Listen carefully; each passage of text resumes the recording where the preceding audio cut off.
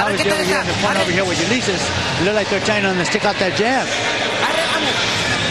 Well, Solis's jab has certainly been a lot more effective than Mayol's jab. Mayol has used it in kind of a half-hearted manner when he's used it at all.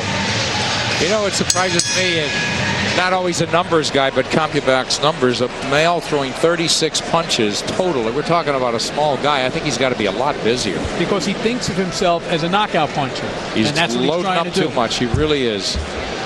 I think what it is he's hesitating to throw because he knows he's going to get countered. Right there, he threw a pretty good left uppercut with a right cross that connected the right cross. Right, yeah. So he's putting punches together now, but still, as Wally mentioned, working off that jab would make him even more effective. Well, I wonder if not only is he surprised by how difficult it is to hit Ulises Solís to the head, but also by how quick Solís is. It's amazing. Oh, right there was a pretty legal hit right there by Ulises. But, you know, it's a pretty slick maneuver. It counts. He felt it. Solís, it seems, is hittable right in front, but man, he's got some real elusive moves, and he doesn't waste energy.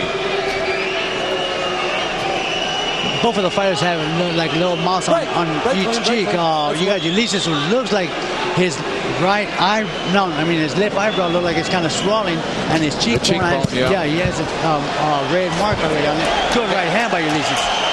And Mayol on the right side, his is kind of swelling up too. Oh, that uppercut. It was close. It was close. This is the first round where it seems to me Mayol is not quite as steady on his feet as he was earlier in the fight. You think so, huh? Yeah, I thought he gave a little ground there with that punch. He got clipped on the way in here again. Solís trying to time those rushes a little bit. I mean, he hasn't given very much ground at all in this fight. Mayol, the challenger, on the left. The champion is Ulises Solís in the purple. Mayol getting a little bit wild again. And he's dropping that right hand when he's throwing a good uppercut. But it was blocked by that right glove of Mayol. Solís' right hand, now a good flurry on the way out. So that combination scored. Stay off that head. Oh, beautiful professional move there, wasn't it? It was a nice move. I mean, you know, you just can't get any better than moving like that and getting away from punches. It staggered him that left hand. And left hook finally found a home. They landed almost simultaneously. Champion saying he's not hurt. And it wasn't really knockout. Well, we're going to have to get another look at that. He got hurt. Boy, he was better believe it. That was a stun gun, and there's a lot of time left for Mayol to take this championship now. Let's see if he can do it. Right hand lands. And he hurt him again. Another right hand. Now the champion has to hold on to get out of this round. And Ulises is doing a very good job, moving, getting away. And he applied the finish. It looks like Solís, if he can avoid a flush shot, will survive. Wow, what action. I'll tell you what, I think Solís was hit with a punch he did not see. He landed a pretty good left hook at the same time, and we'll see. Come on, I don't care. We lost the round, man. Come on. I want you to, come on, keep rotating to your left, man. Let's put some legs into it. Come on. Hey, come on, let's see. Drink some water. How do you feel? Huh? Okay. Come on, take a breath. Take a deep breath. Come on. Deep. Take a breath. Come on. All right, let's see if we can find out exactly what happened there. There was right up. Oh, that's, come on. It's a delayed reaction. Right? That's a delayed reaction knockdown. All right, he was pushed. He went down with help from Mayol there.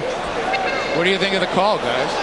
I think it should be considered a knockdown. Don't forget, we're looking at it in slow motion here. There was a lot less time in real time that elapsed between the punch. Yeah, because Mayol never pushed him down.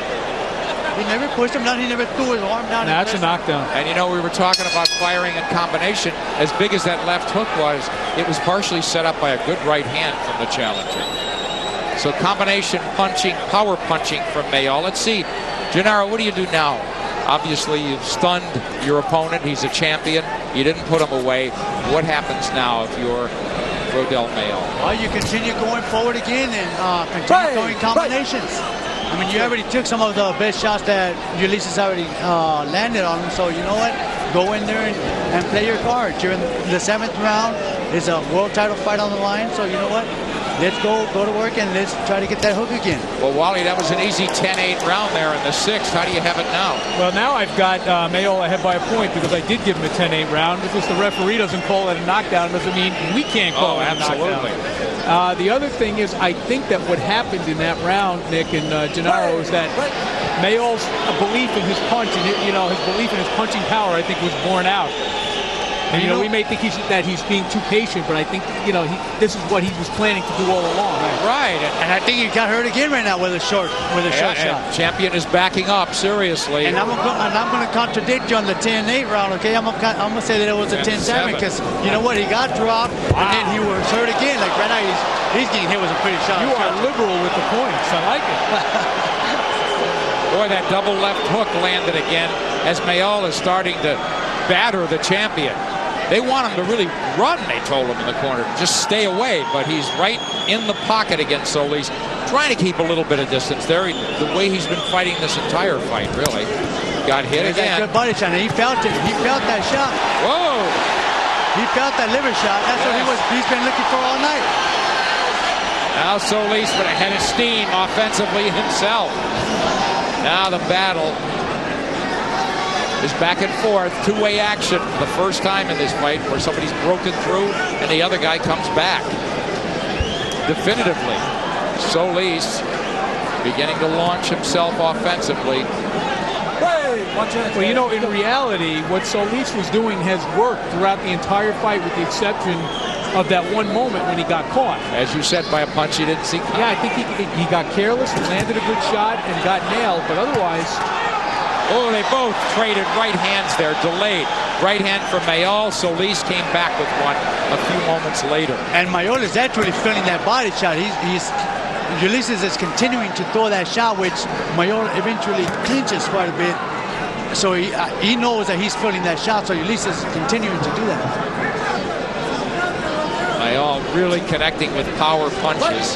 Certainly in that 6th, they'll be anxious to see how this one plays out. 7th round. What has to be a close fight for the IBF light flyweight championship.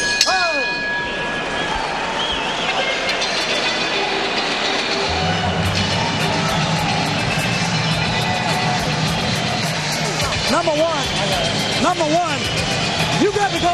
If you want this fight, listen to me. If you want this fight, you got to go get the fight. You can't stand back, look at him. You heard him around before. Then you went there and you looked at him and you played with him for a whole damn round. Utilize the jab, drop the right hand, continue moving to the right, and give it that. Okay, 7th round action here, and there's a good left hook by Mayol. Now later in the round, Archie Solís comes back with some terrific work. Another tough round to score. Hey, you see Solís now with that shot to the body that you pointed out, Gennaro, and then follows it up with a good flurry to the head.